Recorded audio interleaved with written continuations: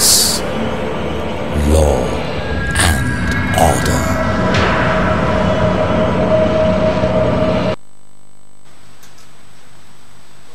প্রিয় দর্শক, আপনাদের সকলকে সাদর আমন্ত্রণ জানাচ্ছি এটিএন বাংলার নিয়মিত আয়োজন আইন বিষয়ক অনুষ্ঠান ল অ্যান্ড অর্ডারে। সাথে আছি আমি অ্যাডভোকেট মাশরুফা হোসেন। আমাদের আজকের আলোচনার বিষয় বিদেশি বিনিয়োগ ও দ্বিপাক্ষিক বিনিয়োগ চুক্তি, অর্থাৎ promotion of foreign investment and bilateral investment treaties. এই বিষয় নিয়ে আজকে আমাদের অনুষ্ঠানে আলোচক হিসেবে রয়েছেন ব্যারিস্টার সামির সত্তার, advocate, supreme court of Bangladesh. প্রিয় দর্শক, আমাদের আজকের বিষয় নিয়ে যদি আপনাদের কোনো প্রশ্ন থেকে থাকে তবে টেলিভিশন স্ক্রিনে দেখানো টেলিফোন নম্বরগুলোর মাধ্যমে আমাদের কল করতে পারেন। তবে যথাসময়ের মতো অনুরোধ করব যে বিষয় সংক্রান্ত প্রশ্নই আপনারা করে থাকবেন এবং প্রশ্ন করবার সময় আপনাদের টেলিভিশনের ভলিউমটি কমিয়ে রাখবেন। আপনাকে অনেক ধন্যবাদ আমাদের স্টুডিওতে আসার জন্য। Thank you for having me. আমার প্রথম প্রশ্ন আপনার কাছে, সেটা হচ্ছে যে আমাদের দর্শকদের উদ্দেশ্যে যদি একটু বলতেন যে এই দ্বিপাক্ষিক বিনিয়োগ চুক্তি অর্থাৎ বায়োল্যাটারাল ইনভেস্টমেন্ট ট্রিটিটা আসলে কি? দ্বিপাক্ষিক বিনিয়োগ চুক্তি, বায়োল্যাটারাল ইনভেস্টমেন্ট ট্রিটি, এটা হচ্ছে একটা agreement between two countries for the promotion and protection of foreign investment. তো যখনই আপনার কোনো বিনিয়োগকারী কোনো দেশে বিনিয়োগ করেন, তখন তাদের ওয়ান অফ দ্য ফ্যাক্টরস হচ্ছে যে সেই দেশের মধ্যে, দুই দেশের মধ্যে কি কোনো বিনিয়োগ চুক্তি আছে কিনা। আচ্ছা। So এটা হচ্ছে it's an agreement between the host state এবং home state. আচ্ছা। host stateটা হচ্ছে যেখানে বিনিয়োগটা করা হচ্ছে, জি, আর home state হচ্ছে যেখান থেকে বিনিয়োগকারীটা আসছেন। রাইট। সো এই চুক্তিটা ইজ ভেরি ইম্পর্টেন্ট, যেটা আমি বললাম, যেটা একটা ইন্ডিকেটর ফর ফরেন ইনভেস্টার্স। তারা যখন তাদের কোনো ডিউ ডিলিজেন্স করে যে কোথায় ইনভেস্ট করবে, তখন এই জিনিসটার দিকে তারা একটু ফলো করেন। আচ্ছা, যে দেখতে থাকে যে তাদের দেশের এইরকম বায়োল্যাটারাল আছে, কোন কোন দেশের সঙ্গে আছে, তো এটা ইনভেস্টমেন্ট প্ল্যানিং এর জন্য সেই জিনিসটা খুব কাজে দেয়। সো এই বায়োল্যাটারাল ইনভেস্টমেন্ট ট্রিটিজ গুলো কি শুধু এই দুই দেশের মধ্যে সবসময় সীমাবদ্ধ থাকে? বায়োল্যাটারাল ইনভেস্টমেন্ট ট্রিটি দুই দেশের মধ্যে সীমাবদ্ধ থাকে। মাল্টিল্যাটারাল ইনভেস্টমেন্ট ট্রিটিও আছে, যেটা মানে অনেকগুলা দেশ একসঙ্গে এসে সাইন আপ করে। bilateral, as the name suggests, নামেই বোঝাচ্ছে যে two parties. So for example বাংলাদেশের সঙ্গে ধরেন চায়নার, বা বাংলাদেশের সঙ্গে ইন্ডিয়ার, বা বাংলাদেশের সঙ্গে অস্ট্রিয়ার, এরকম দ্বিপাক্ষিক একটা ইনভেস্টমেন্ট থাকবে। এটা হচ্ছে for the protection of their own nationals, যারা ইনভেস্ট করতে যাবে। তো ফর এক্সাম্পল আমরা যদি কোনো চায়নাতে যে যদি কোনো ইনভেস্টমেন্ট করি এবং আমাদের কোনো ইনভেস্টমেন্টের কোনো কারণে যদি কোনো এফেক্টেড হয়, তাহলে আমাদের দেখতে হবে যে আমাদের মধ্যে, মানে আমাদের বলতে বাংলাদেশ এবং চায়নার মধ্যে কোনো বায়োল্যাটারাল ইনভেস্টমেন্ট ট্রিটি, দ্বিপাক্ষিক বিনিয়োগ চুক্তি আছে কিনা। রাইট। এবং এখানে তো আমরা দেখতে পাচ্ছি যে একটা বাউন্ডারির মতো দিয়ে দিচ্ছে যে একটা ইনভেস্টমেন্টের কন্ট্রোলটা কিভাবে থাকবে, বা এরকম কি কিছু রয়েছে ট্রিটির মধ্যে? ধরে বাউন্ডারির মধ্যে এটা বেসিক্যালি এটা আপনার কিছু স্ট্যান্ডার্ড সেট করে দেয়। আচ্ছা। যে এটা স্ট্যান্ডার্ডসটা হচ্ছে যে আপনার এইসব স্ট্যান্ডার্ডস এর আন্ডারেই ফরেন ইনভেস্টরকে ট্রিট করা হবে কোনো দেশে গেলে। সো এগুলো হচ্ছে এই স্ট্যান্ডার্ডস গুলাকে অনেকবার এলাবোরেট করেছে ডিফারেন্ট আরবিট্রাল ট্রাইব্যুনালস যখন আরবিট্রেশনে গিয়েছে। তো এই স্ট্যান্ডার্ড নিয়ে আমরা তো ভবিষ্যতে কথা, তো মানে এটা we can know that it's a clear set of rules, যেটা বলে দিচ্ছে যে একটা ইনভেস্টর কি ধরনের, কিরকম ভাবে, কোন প্যারামিটার ইনভেস্টমেন্টটা করবে একটা পার্টিকুলার দেশে। তো এই দ্বিপাক্ষিক বিনিয়োগ চুক্তির পটভূমিটা কি, মানে এটার হিস্টোরিক্যাল ব্যাকগ্রাউন্ডটা?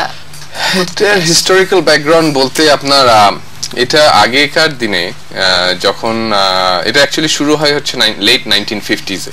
আচ্ছা। হ্যাঁ, after the second world war, যখন ওয়েস্টার্ন ইউরোপিয়ান স্টেটসরা they wanted to develop their ties with developing countries, and they wanted to protect এই যে ইনভেস্টমেন্টটাকে, বিনিয়োগটাকে যখন প্রোটেক্ট করতে চাচ্ছিল, তখনই এই জিনিসটা নিয়ে কথাবার্তা শুরু হয়। আচ্ছা। হ্যাঁ, তো প্রথম বিনিয়োগ চুক্তিটা হয় হচ্ছে জার্মানি আর পাকিস্তানের সঙ্গে 1959 এ। যেটা বললাম, ওয়েস্টার্ন ইউরোপিয়ান স্টেটস ডেভেলপ করতে যাচ্ছে তাদের colonial ties with developing countries, তাদের ইনভেস্টার্সরা যেন প্রোটেক্টেড থাকে from any form of actions or illegal activities. So এটা দিয়ে শুরু হয়েছে। আরেকটা জিনিস এখানে একটু বলা প্রয়োজন আছে যে বায়োল্যাটারাল ইনভেস্টমেন্ট ট্রিটিজের আগে, এটার ইনভেনশনের আগে কিন্তু সেম রুলস অ্যাপ্লিকেবল হলেও ওই ইয়েটা ছিল না, অ্যাভিনিউ অফ ডিসপিউট সেটেলমেন্ট মেকানিজমটা ছিল হচ্ছে থ্রু ডিপ্লোম্যাটিক প্রোটেকশন। এখন আপনি যদি ডিপ্লোম্যাটিক প্রোটেকশনে আসেন তাহলে সেটা হচ্ছে যে ধরেন আমি আফ্রিকা একটা ইনভেস্ট করলাম, আমি বাংলাদেশে একজন আফ্রিকা ইনভেস্ট করলাম, ইনভেস্টমেন্ট করার পরে এটা বাইল্যাটারাল ইনভেস্টমেন্ট ট্রিটির আগে বলছি, তো তখনের সময় যদি কোনো কারণে আমার ইনভেস্টমেন্টটা ওখানে ক্ষতিগ্রস্ত হতো তাহলে কিন্তু আমার সরকারের কাছেই বলতে হতো, আমার হোম স্টেটের কাছে এসে কমপ্লেইনটা লজ করতে হতো, and depending upon the relationship between the two governments, the two countries, তখন ওটা ডিপেন্ড করতো যে এটা এক্সারসাইজড হবে কিনা, সরকার সেটাকে ওই কান্ট্রির সাথে নেগোশিয়েট করে কোনো একটা রেমেডি কি আনতে পারবে কিনা। তো এটার ডিসঅ্যাডভান্টেজটা কি হলো? ডিসঅ্যাডভান্টেজটা হলো ফরেন ইনভেস্টররা যখন ইনভেস্ট করবে এনারা তো আর মানে কম টাকা ইনভেস্ট করবে না, তো একটা বড় প্রজেক্টে যাবে, তো এগুলো হচ্ছে তখন তারা ইনভেস্ট করার পর they were at the mercy of their home state, মানে তাদের যদি কোনো প্রবলেম হয় তারা ডাইরেক্ট অ্যাভিনিউ কোনো ছিল না, রাইট। সো ওটা করতে গেলে আপনার ওই আবার এসে এখানে লজ কমপ্লেইন করে তারপরে আপনি যদি যায়, সো এইসব প্রবলেমস গুলাকে অ্যাড্রেস করতেই কিন্তু বাইল্যাটারাল ইনভেস্টমেন্ট ট্রিটিস গুলা ক্রিয়েট করা হয়েছে। আচ্ছা, এখন তো ইনিশিয়ালি যে বললাম 1959 এ ফার্স্ট বাইল্যাটারাল ইনভেস্টমেন্ট ট্রিটিটা সাইন হয়, যেটা আপনার জার্মানি আর পাকিস্তানের মধ্যে ছিলেন। তারপরে 60s এ এটার গ্রোথটা দেখা যায়, এখন অলমোস্ট 2700 বাইল্যাটারাল ইনভেস্টমেন্ট ট্রিটিস আছে বিভিন্ন দেশের সঙ্গে। বাংলাদেশের এখন বর্তমানে আমার যতটুকু মনে হয় 29টা বা 30টা এরকম বিনিয়োগ চুক্তি আছেন বিভিন্ন countries like Canada, turkey, India, China, তাদের সঙ্গে বিভিন্ন দেশের সাথে।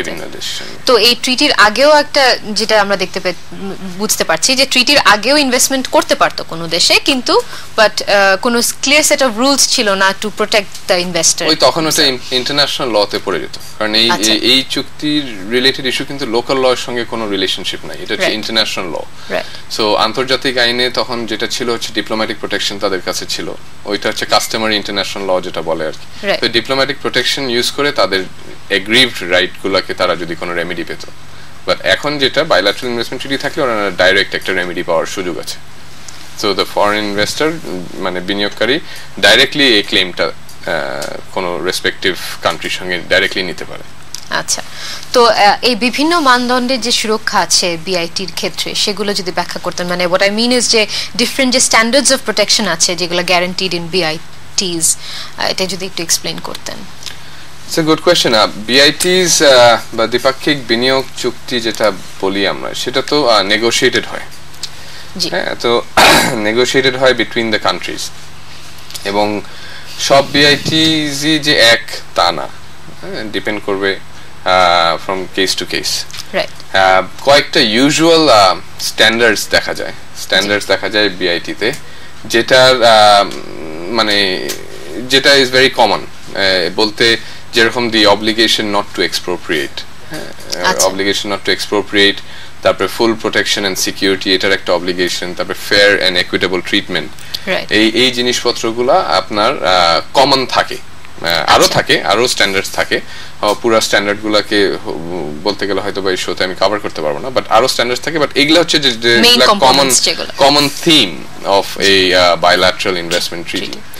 এন্ড একটা জিনিস এখানে বলা প্রয়োজন যে এক্সপ্রোপ্রিয়েশন মানে হচ্ছে আপনার সাম ফর্ম অফ টেকিং, আমি নিয়ে নিলাম, ওই বাংলায় হয়তো বা বল বাজেয়াপ্ত, হ্যাঁ, তো এক্সপ্রোপ্রিয়েশন কিন্তু অটোমেটিকলি ইললিগাল হয়ে যায় না, কারণ প্রত্যেকটা দেশেরই কিন্তু তাদের ন্যাচারাল রিসোর্সেস এর উপর একটা রাইট থাকে, হ্যাঁ, তো ওই রাইটটা তারা ফরেন ইনভেস্টরদেরকে লাইসেন্সের থ্রু দিয়ে এক্সপ্লোর করতে দিতে পারে, বা তারা ইনভেস্টমেন্ট যদি কোনো পার্টিকুলার সেক্টরে করতে চায় তারা করতে পারে।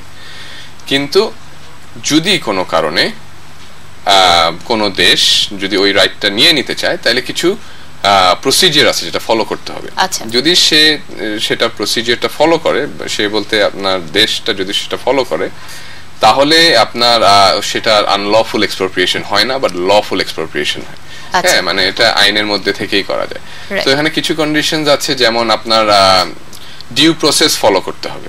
একটা যদি কোনো প্রসেস থাকে, ডিউ প্রসেসে নোটিশ দিয়ে সবকিছু বুঝিয়ে তারপর একটা ফলো করতে হবে। আরেকটা কন্ডিশন হচ্ছে যে আপনার অ্যাডিকুয়েট কম্পেনসেশন, প্রম্পটলি এবং অ্যাডিকুয়েট কম্পেনসেশনটা দিতে হবে। এখন অ্যাডিকুয়েট কম্পেনসেশন নিয়ে অনেক কেসেসও হয়েছে, আরবিট্রেশন হয়েছে। এটা ইউজুয়ালি আমরা যেটা ফেয়ার মার্কেট ভ্যালুটা আমরা করি, অ্যাপ্লাইং ডিফারেন্ট অ্যাকাউন্টিং স্ট্যান্ডার্ডস, তো ওরকম থাকে। আরেকটা হচ্ছে যেটা নন ডিসক্রিমিনেটরি হতে হবে। আচ্ছা, তো আমি যদি কোনো বাইরে ইনভেস্টমেন্ট করতে যাই এবং যদি কোনো ওইখানকার দেশের মানে হোস্ট স্টেটের যদি কোনো সরকার কোনো কারণে সেটা এক্সপ্রোপ্রিয়েট করে বা নিয়ে নেয়, তাহলে একটা জিনিস হচ্ছে যে আপনার ওইটা দেখতে হবে যে ওটা কি কোনো নন ডিসক্রিমিনেটরি বা ডিসক্রিমিনেটরি অ্যাকশন নাকি, it has to be non discriminatory, যে আমার জন্য আমাকে টার্গেট করেই করলো নাকি এটা একটা। আর মোস্ট ইম্পর্টেন্ট হচ্ছে এটা হচ্ছে একটা পাবলিক পারপাসের জন্য হতে হবে। আচ্ছা, এটা হচ্ছে আপনার ওভাররাইডিং ফ্যাক্টরস। যদি এগুলা ফ্যাক্টরস যদি থাকে তাহলে একটা এক্সপ্রোপ্রিয়েশন কিন্তু লফুল হতে পারে। আচ্ছা, আর যদি এগুলা না থাকে তখনই আপনার পড়ে যান হচ্ছে ইলিগাল এক্সপ্রোপ্রিয়েশনের জন্য। তো আবার টু সাম আপ, যে ফ্যাক্টরস গুলো দেখে হচ্ছে পাবলিক পারপাস, সেটা আমার অ্যাকচুয়ালি প্রথমেই বলা উচিত ছিল, পাবলিক পারপাস। তারপরে হচ্ছে নন ডিসক্রিমিনেটরি, মানে not in order of priority, but আমার মানে মনে হচ্ছে যেগুলা ইম্পর্টেন্ট। তারপর হচ্ছে প্রম্পট এন্ড অ্যাডিকুয়েট কম্পেনসেশন, আর তারপর হচ্ছে due process of law. So এগুলা ফলো করে আসলে তারপরে আপনি মোরলেস আসতে পারবেন এক্সপ্রোপ্রিয়েশনের, তাহলে লফুল হবে আর কি। এছাড়া আপনার অন্য যে স্ট্যান্ডার্ডস বলতে আপনার আছে, ফেয়ার এন্ড ইকুইটেবল ট্রিটমেন্ট আছে, ফুল প্রোটেকশন এন্ড সিকিউরিটি আছে, তারপরে ন্যাশনাল ট্রিটমেন্ট আছে। সো এই জিনিসপত্রগুলা বিভিন্ন বিভিন্ন স্ট্যান্ডার্ড আছে। আচ্ছা, আমরা যদি ধরেন আমাদের দেশের বিআইটিস গুলোর উপর ফোকাস করি, জাস্ট একটা সিম্পল কোয়েশ্চেন, সেটা হচ্ছে যে সমস্ত দেশের সঙ্গে আমাদের বায়োল্যাটারাল ইন্টারন্যাশনাল ট্রিটিগুলো, ইনভেস্টমেন্ট ট্রিটিগুলো রয়েছে, তো সেগুলোর ক্ষেত্রে কি আমাদের যেখানে বোর্ড অফ ইনভেস্টমেন্টের একটা পারমিশন লাগে, এখানে যে একটা যদি কেউ ইনভেস্ট করতে চায় একটা কোম্পানি খোলার জন্য যে ফর্মালিটিস গুলো ফলো করতে হয়, সেগুলো কি এই ইনভেস্টমেন্ট ট্রিটি থাকলেও সেটা করতে হয় নাকি এখানে কোনো এক্সাম্পশনের কোনো ব্যাপার রয়েছে? না না, এখানে এক্সাম্পশনের কোনো ব্যাপার নাই। যেটা ল আপনার এনি পার্টিকুলার কান্ট্রিতে, সেই লটা ফলো করেই আপনার ইনভেস্টমেন্টটা করতে হবে। আচ্ছা, অনেক সময় ইনফ্যাক্ট বায়োল্যাটারাল ইনভেস্টমেন্ট ট্রিটিতে, এই দ্বিপাক্ষিক বিনিয়োগ চুক্তিতে বলাই থাকে the investment has to be made in accordance with the law. আচ্ছা, হ্যাঁ, তো ওখানে কোনো ভেরি ইম্পর্টেন্ট একটা পয়েন্ট। এটা bilateral investment treaty হচ্ছে mostly to deal with the protection of foreign investment. এটা হচ্ছে যে ফরেন ইনভেস্টার্সদেরকে একটা কমফর্ট দেওয়া, ট্রেডিশনাল কমফর্ট দেওয়া, যে না এখানে একটা তোমার যদি কোনো কারণে কোনো রাইট এগ্রিভড হয়, there is an avenue for you. তো এই জিনিসটা it's a good indicator. But আপনার প্রশ্নটার সিম্পল আনসার হচ্ছে না, এটাতে কোনো ওয়েভড হয় না, ওই ল ফলো করেই আপনার আসতে হবে। বিওআই এর পারমিশন, যেগুলো যা রেগুলেটরি অথরিটি, এটা কোনো এক্সাম্পশন বা কোনো স্পেশাল ট্রিটমেন্ট পাচ্ছে না। জি না, রাইট। তো এই যে ফেয়ার এন্ড ইকুইটেবল ট্রিটমেন্ট যে কথাটা, এই দুটো টার্ম বলতে আসলে আমরা কি বুঝি? ফেয়ার এন্ড ইকুইটেবল ট্রিটমেন্ট, এটা যেটা আমরা বলছি সেটাই। এটা ইনফ্যাক্ট অ্যাকচুয়ালি এখন পর্যন্ত কোনো এগ্রিড মিনিং কেউ দিতে পারেনি। আচ্ছা, হ্যাঁ, তো ডিফারেন্ট ট্রাইব্যুনালস, আরবিট্রাল ট্রাইব্যুনাল, কারণ ইনভেস্টমেন্ট রিলেটেড যদি কোনো ডিসপিউট হয় সাধারণত সেটা ইন্টারন্যাশনাল আরবিট্রেশনে যে রিজলভ হয়। ডিফারেন্ট আরবিট্রাল ট্রাইব্যুনালস অনেক সময় বিভিন্ন আরবিট্রাল ট্রাইব্যুনালস ইন্টারপ্রেট করতে চেষ্টা করেছে এটার মানে কি, এবং তারা কিছু ফ্যাক্টরস এর উপর রিলাই করেছে দেখার জন্য যে ফেয়ার এন্ড ইকুইটেবল স্ট্যান্ডার্ডটা কি ব্রিচ হয়েছে নাকি, সেটা কি ভায়োলেট হয়েছে নাকি না। সো এগুলা স্ট্যান্ডার্ডের মধ্যে আছে ধরেন আপনার transparency, which is a very important, transparency and investors legitimate expectation. জি, তো এটা হচ্ছে আপনার যদি আপনি ধরেন একটা ফরেন ইনভেস্টর, এখন আপনি ভেনেজুয়েলাতে যে ইনভেস্ট করবেন, জি, এখন ভেনেজুয়েলায় যখন আপনি ইনভেস্ট করবেন তখন কিন্তু আপনি ইনভেস্ট করবেন on the basis of the existing laws, আইন যেটা আছে, or on the basis of the assurances that you receive from, for example, hypothetically speaking, from the Venezuelan government. Right. তো তারা যখন আপনাকে একটা set of laws তাদের in place আছে বা কোনো assurance দিবে, whether it is through a contract, whether it is through a license, যেভাবে দিবে, তো তখন আপনার এইটার উপর বেসিস করে কিন্তু আপনি ইনভেস্টমেন্টটা করবেন। রাইট। সো এটা মানে হচ্ছে যে আমার কাছে, আমি ফরেন ইনভেস্টর যদি হয়ে থাকি, আমি বিনিয়োগ করার আগে আমার কাছে all this laws have to be clear, right, readily apparent, যেটা আমরা ইংলিশে বলি রেডিলি অ্যাপারেন্ট, যেন আমি ওইটার ভিত্তিতে আমি ইনভেস্টমেন্টটা করতে পারি। Clear cut set of rules, এটা আমি বুঝতে পারি। এখন কোনো কারণে ধরেন আমি ওইটার ভিত্তিতে ইনভেস্টমেন্ট করলাম, এখন ইনভেস্টমেন্ট লাইক আই সেড এখানে ইনভেস্টমেন্ট তো আর কম পয়সার হয় না, অনেক বড় বড় অ্যামাউন্টস ইনভেস্ট করা। ওইটা আসলে হঠাৎ করে যদি কোনো আরবিট্রারি মানে ইলিগালি কোনো কিছু চেঞ্জ করে ফেলে, তখন কিন্তু একটা রাইট এগ্রিভড হয়ে যায়। বিকজ আমি কিন্তু ওই লেজিটিমেট এক্সপেকটেশনটা যেরকম আমাদের কনস্টিটিউশন লতে আছে লেজিটিমেট এক্সপেকটেশন, এখানে ওই সেম প্রিন্সিপালস ফলো হচ্ছে যে আমার একটা লেজিটিমেট এক্সপেকটেশন নিয়ে আমি এসেছি, ওই লেজিটিমেট এক্সপেকটেশনটা যদি ভায়োলেট হয় তাইলেই আমার প্রিন্সিপালটা আপনার breach of fair and equitable treatment হয়। এটা হচ্ছে একটা স্ট্যান্ডার্ড। এইখানে আমি একটা কেস বলি, একটা মানে লাইভ কেস, তাহলে হয়তোবা আপনার বা দর্শকদের বুঝতে সুবিধা হবে। যে একটা কেস ছিল হচ্ছে মেক্সিকান গভর্নমেন্টের এগেইনস্টে। আচ্ছা, মেক্সিকান গভর্নমেন্টের এগেইনস্টে তো একটা ফরেন ইনভেস্টর তারা সেখানে একটা ল্যান্ডফিল প্রজেক্ট করতে গিয়েছিল। আচ্ছা, তো ল্যান্ডফিল প্রজেক্টটা করার সময় জি তখন কিন্তু তারা বলেছিলেন যে বেসিক্যালি এই 1 2 3 4 এসব পারমিশন গুলো লাগবে, মানে একটা set of permissions Mexican government তাদেরকে দিয়েছিলেন। তারা ইনভেস্টমেন্টটা করলেন, করার পরে দেখা গেল যে একটা পারমিশন, কনস্ট্রাকশন পারমিশনটা বলেন না এবং ওটা দেয়নি। আচ্ছা, ওটার জন্য যখন অ্যাপ্লাই করলেন তখন ওটা আর দিচ্ছিল না। আচ্ছা, মেক্সিকান গভর্নমেন্ট তখন কি হলো, তখন তারা একটা এগ্রিভড হয়ে গেল, কারণ তারা তো বাই দিস টাইম ইনভেস্টমেন্ট করে দিল। জি। সো এইসব জিনিস lack of transparency, investors legitimate expectation যখন ভায়োলেট হয় তখনই একটা breach of fair and equitable treatment হয়। এটা মানে হচ্ছে খুব সিম্পল ভাষায় বললাম, it's a very vast area of right, মানে কোনো ভেগনেসটা যতখানি মানে রেডিলি অ্যাপারেন্ট, যেটা বললাম যে একটা ইনভেস্টর কাছে it has to be readily apparent. Right, মানে ভেগনেসটা যতখানি অ্যাভয়েড করা যায়। আরেকটা আছে হচ্ছে আপনার ডিউ প্রসেস ফলো করে। সো যেটা আমি প্রথমে বললাম যে ডিউ প্রসেস ফলো করে আপনার অ্যাজ আ স্টেট আপনার কিন্তু পার্মানেন্ট সভারেন্টি থাকেই ওভার ইওর ন্যাচারাল রিসোর্সেস। আপনি কিন্তু জিনিসটা আবার আপনি লাইসেন্স দিয়ে আপনি লাইসেন্সটা ক্যান্সেলও করতে পারেন যদি কোনো কারণে তাদের হয়, কোনো ফল্ট হয় বা কোনো কিছু লাইসেন্স যদি কমপ্লাই না করে, কিন্তু একটা ডিউ প্রসেস ফলো করে আসতে হবে with an opportunity to be hard.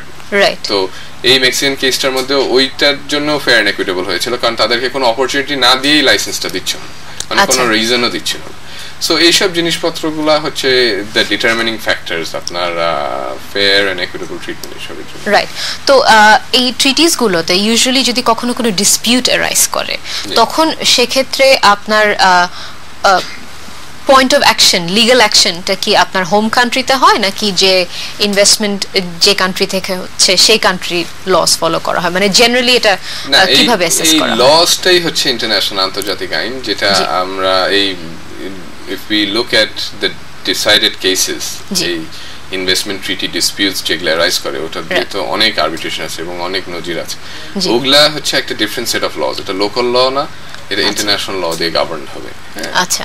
আর ওখানে যেটা আপনার কথা হচ্ছে যে এই জিনিসটা হচ্ছে আপনার আরবিট্রেশনে যখন যাবেন, আন্তর্জাতিক আরবিট্রেশনে যাবেন, তখন ওটা একটা ডিলোকালাইজ, মানে এখান থেকে দূরে কোনো একটা নিউট্রাল ভেন্যুতে আপনার এইসব ডিসপিউটস গুলো সাধারণত রিজলভ হয়, আইদার ইন ওয়াশিংটন, প্যারিস বা সিঙ্গাপুর, লন্ডন।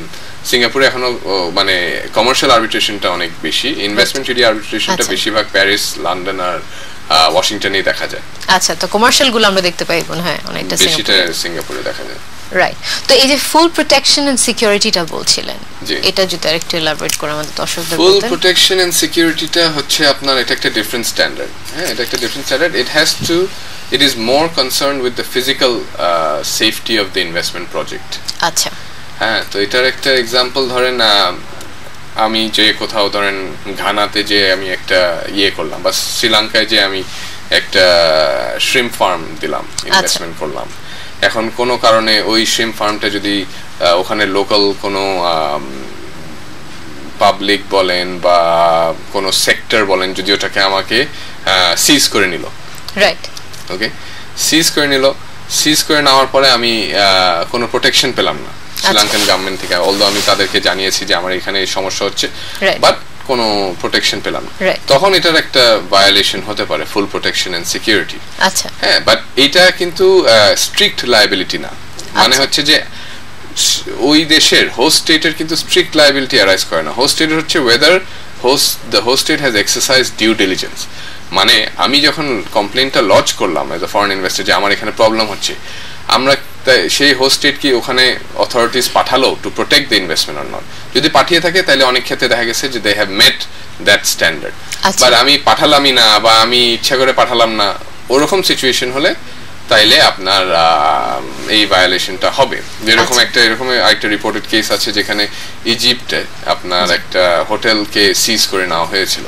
আচ্ছা, তো despite numerous complaints by the foreign investor, ওখানে কোনো প্রোটেকশনের কিছু যায়নি। পরে the arbitral tribunal held that the Egyptian government was held responsible for those acts.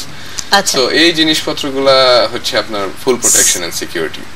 But full প্রোটেকশনের মধ্যে আপনার ফিজিক্যালের সঙ্গে লিগ্যাল প্রোটেকশনও থাকে যদি আপনি লিগ্যাল প্রোটেকশন না পান। আর ওইটা মানে মেইনলি হচ্ছে প্রাইমারিলি আমার মনে হয় এটা হচ্ছে ফিজিক্যাল প্রোটেকশনের জন্য মোর অ্যাপ্লিকেবল। রাইট, আমাদের একটা ফোন রয়েছে। হ্যালো হ্যালো, জি হ্যালো, হ্যালো, আসসালামু আলাইকুম। আসসালামু আলাইকুম। হ্যালো, জি একটু জানতে চাচ্ছিলাম। জি বলুন। হ্যালো, আমি একটু আমার প্রপার্টির মানে মেন বিষয়টা হচ্ছে যে আজকের বিষয় সম্বন্ধে না, যে আমি জানতে চাচ্ছিলাম আমার প্রপার্টি গুলো আরেকজনের কাছে আমি পাওয়ার অফ অ্যাটর্নি দিয়ে। আচ্ছা, এখন সে পাওয়ার অফ অ্যাটর্নিটা মানে সে বলতেছে যে এখন প্রতিটা আমার হয়ে গেছে। আচ্ছা, এটা অ্যাকচুয়ালি খুব আমি একটু বলে রাখি, আপনি যেহেতু পাওয়ার অফ অ্যাটর্নির বিষয় নিয়ে কথা বলছেন, এটা খুব জটিল একটি বিষয় এবং এটা আসলে এই স্বল্প সময়ের মধ্যে আমাদের কোনো ফ্যাক্ট না বুঝে কমেন্ট করাটা ঠিক হবে না। আমরা আপনাকে অনুরোধ করব যে আপনার যে স্পেসিফিক বিষয়টি রয়েছে সেটি নিয়ে আপনি কোনো আইনজীবীর সাথে পরামর্শ করুন। ধন্যবাদ। তো আমরা যেটা বলছিলাম যে এই সাধারণ বিরোধ নিষ্পত্তির প্রক্রিয়াটা কি, মানে what is the general dispute resolution mechanism for bilateral investment treaties? ওই যে যেটা বললাম যে জেনারেল ডিসপিউট রেজলিউশন হচ্ছে আপনার ইন্টারন্যাশনাল আরবিট্রেশন, জি, আন্তর্জাতিক আরবিট্রেশন। ইনফ্যাক্ট এক্সিট বলছি ইনভেস্টমেন্ট ট্রিটির কিন্তু আনিয়ে হয়েছিল, আপনাকে আমি কিছুক্ষণ আগে বললাম যেটা, সেটা হচ্ছে সো দ্যাট বিনিয়োগকারীরা ডাইরেক্টলি ক্লেম করতে পারে এগেইনস্ট দি হোস্ট স্টেট মানে যে স্টেটে আপনার ইনভেস্টমেন্টটা করেছেন। জি, এখন হোস্ট স্টেটে যেটা বিনিয়োগকারীরা সবসময় একটু নার্ভাস থাকে যে এখন ধরেন আমি ভেনেজুয়েলায় ইনভেস্ট করে কিন্তু আমি ভেনেজুয়েলান গভর্নমেন্টকে আমি ভেনেজুয়েলান কোর্টে যেয়ে কিন্তু আমি নিতে পারবো না। রাইট, সো ওটার প্রোটেকশনের জন্যই কিন্তু একটা বায়োল্যাটারাল ইনভেস্টমেন্ট ট্রিটি যেটা আছে ওখানে একটা ডিসপিউট মেকানিজম দেওয়া আছে যেখানে একটা ইন্ডিপেন্ডেন্ট একটা প্যানেল তৈরি হবে, যেটা ইন্টারন্যাশনাল আরবিট্রেশনের মাধ্যমে আপনারা ফাইট মানে বিনিয়োগকারী এবং হোস্ট স্টেট আর্গিউ করে তারপর একটা আরবিট্রাল ট্রাইব্যুনাল একটা ডিসিশন দেবে। সো এই আরবিট্রেশনটাই হচ্ছে দ্য মেইন মেকানিজম। আপনার ওখানে অনেক সময় বিনিয়োগ চুক্তিতে বলা থাকে কনসিলিয়েশনের কথা বলা থাকে, নেগোসিয়েশনের কথা বলা থাকে, ওগুলাও হয়েছে, এমন না যে ওগুলাও হয় না, ওগুলাও হয়েছে। অনেক সময় নেগোসিয়েট করেও অনেক কিছু সলভ করে ফেলা যায় এবং উচিত। আর কনসিলিয়েশনও আছে। কনসিলিয়েশন তো আপনি জানেন it's not a binding procedure, so এটার জন্য কেউ কনসিলিয়েশনটা একটু লেস পপুলার, সবাই আরবিট্রেশনের দিকে যেতে চায়। আর আরবিট্রেশনটা যখন আপনি যাবেন তখন আরবিট্রেশন একটা বাইন্ডিং অ্যাওয়ার্ড যখন দিবে, সেই আরবিট্রেশনটা দিলে তখন আপনি ওইটা অ্যাওয়ার্ডটাকে এনফোর্স করতে পারবেন এবং আপনার ওই আরবিট্রেশনটা আইদার আপনার ইক্সিট কনভেনশনের আন্ডারে হয় বা UNCITRAL United Nations Convention on International Trade Law, তো ওইটার আন্ডারেও আপনি আরবিট্রেশনটা করতে পারেন। মানে ওটা বলাই থাকবে, আপনার ডিপেন্ড করবে আপনি কি নেগোশিয়েট কিভাবে করেছেন আপনার বিনিয়োগ চুক্তিটা। রাইট, এবং ওখানে কি যেখানে আরবিট্রেশনটা যে কান্ট্রিতে হেল্প করবে সেটার ডেফিনিশনও না, বিনিয়োগ চুক্তিতে ওটা বলা থাকে না, সেটা আপনাদের প্রসিজারাল যে হিয়ারিং হবে ওখানে আপনারা ডিসিশনটা নিয়ে নেবেন, ওখানে রুলস আলাদা অ্যাপ্লাই করবে, কান্ট্রিজরা যেভাবে ডিসাইড করবে সেভাবে জিনিসটা আলাদা হচ্ছে। রুলস। তো এই ইক্সিড কনভেনশনটা আসলে কি? ইক্সিড কনভেনশনটা হচ্ছে it's also known as the Washington Convention. আচ্ছা, it's also known as the Washington Convention. এটা আপনার ফোর্সে আসে, ইনফোর্স আসে হচ্ছে 1966-এ, if I am not mistaken, আমার মনে হয় 1966-এই হবে। এটা হচ্ছে আপনার একটা ফ্রেমওয়ার্ক অফ রুলস, এই এক্সিট আরবিট্রেশনটা যেটা আমি বললাম এটাকে পরিচালনা করার জন্য একটা set of rules, different set of rules থাকে। সো এটা এই এক্সিট কনভেনশনটা অ্যাকচুয়ালি এটা ড্রাফট করা হচ্ছিল within the framework of the world bank. আচ্ছা, within the framework of the World Bank এটা আপনার was the primary body in charge of drafting the exit convention, and এবং এটা ড্রাফট করার জন্য পিছে যে এইমটা ছিল ওটা was to create a harmonious and favourable investment climate. আচ্ছা, আমরা আসলে সময়ের একদম খুব শেষ প্রান্তে চলে এসেছি, বাট তারপরেও খুব সংক্ষেপে যদি আমাদেরকে বলতেন যে বাংলাদেশে বিদেশি বিনিয়োগকারীদের সুরক্ষার জন্য আইনটা কি? বাংলাদেশে ডিফারেন্ট আইনের চেয়ে একটা স্পেশাল আইন আছে, যেটা হচ্ছে আপনার protection of private foreign investment act 1980। আচ্ছা, এটা এখনো প্রচলিত রয়েছে আমাদের? সেটা এখনো প্রচলিত আছে 1980। ওখানে আপনি ওই আইনটা যদি দেখেন তাহলে ওখানেও কিন্তু সেম স্ট্যান্ডার্ডস অফ প্রোটেকশনের কথাগুলো কিন্তু বলা আছে মোর অর লেস। যেমন আপনার এক্সপ্রোপ্রিয়েশন, the obligation not to expropriate এটা বলা আছে, তারপর আপনার ফেয়ার এন্ড ইকুইটেবল ট্রিটমেন্টের কথা বলা আছে, ফুল প্রোটেকশন এন্ড সিকিউরিটির কথা বলা আছে, ইনক্লুড করা আছে। সো ওগুলাও ওখানে পাওয়া যায়। আচ্ছা, তো আমরা খুব ইন্টারেস্টিং একটা ডিসকাশনের মধ্যে ছিলাম, বাট সময়ের স্বল্পতার কারণে আমাদের ফিরে যেতে হচ্ছে। আপনাকে আবারও অনেক ধন্যবাদ আমাদের স্টুডিওতে আসার জন্য। Thank you. প্রিয় দর্শক, আশা করি আমাদের আজকের আলোচনার মাধ্যমে আপনারা কিছুটা হলেও এই বিষয় নিয়ে জানতে পেরেছেন। দেখতে থাকুন ল অ্যান্ড অর্ডার, দেখা হবে আবারও।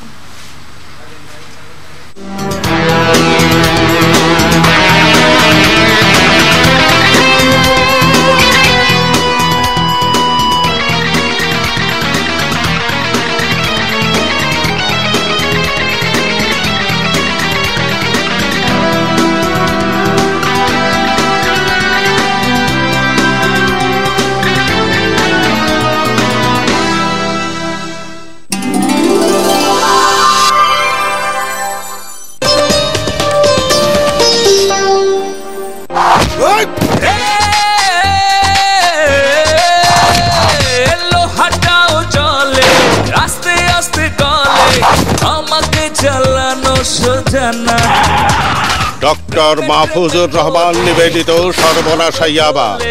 কিছুই তো যায় আসে না।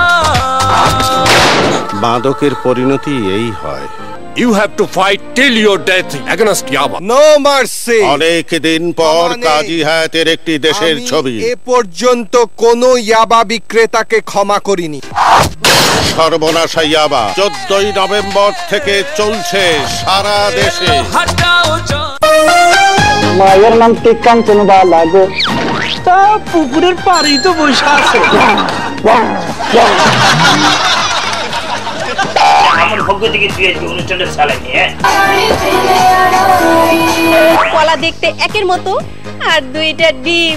যদি বলে সে আপনার কোনো আত্মীয়, বলবে এমন কথা অনেকেই বলে। Terriers taking the 2-step towards victory. আপনাকে সুপারি কেটে দিব না, সুপারি কাটতে হবে। এবি টেলিকম নিবেদিত ম্যাগাজিন অনুষ্ঠান ক্যানকা কমেডি আওয়ার, উপস্থাপনা হুমায়রা হিমু, পরিচালনা সাইদ তারেক। দেখুন 20 নভেম্বর বৃহস্পতিবার রাত 11টায়। চোখ রাখুন এটিএন বাংলায়। বেতন পাই ফোনে, গ্রামে বাপ মারে টাকাও পাঠাই মোবাইল ফোনে, পাওয়া যায় যখন তখন। ডাচ বাংলা ব্যাংক লিমিটেড, আপনার বিশ্বস্ত সহযোগী।